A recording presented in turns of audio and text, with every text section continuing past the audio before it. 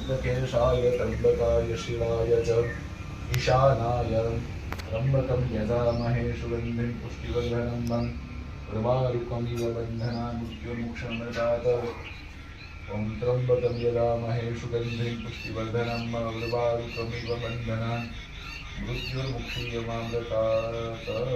ॐ नमः शिवाय।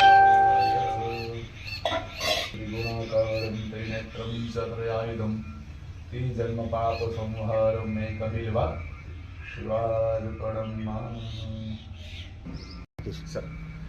મહાદેવ હર સૌ ભક્તજનોને ખાસ ભક્તિ શક્તિ અને ઉપાસનાનો દિવસ માસ જે કહેવામાં આવે છે એટલે શ્રાવણ માસ.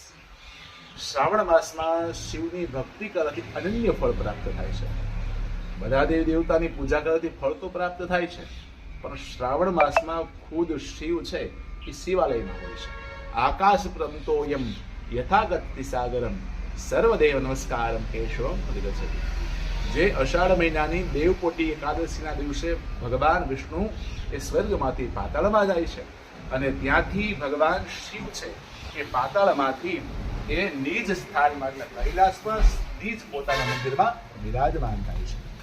એટલે કરીને શ્રાવણ માસની અંદર પૂજા અને ભક્તિ કરવાનું ઉત્તમ માધ્યમ છે. ભગવાનની અનેક પ્રકારથી પૂજા કરી શકાય છે. ઉદાહરણ તરીકે કોઈ દૂધથી ચડાવવાથી સંતાન પ્રાપ્ત થાય છે. શેરડીનો રસ ભગવાનનો અભિષેક કરવાથી મનોકામના પૂર્ણ થાય છે. સરસવના તેલનો અભિષેક કરવાથી પ્રગતિ થાય છે.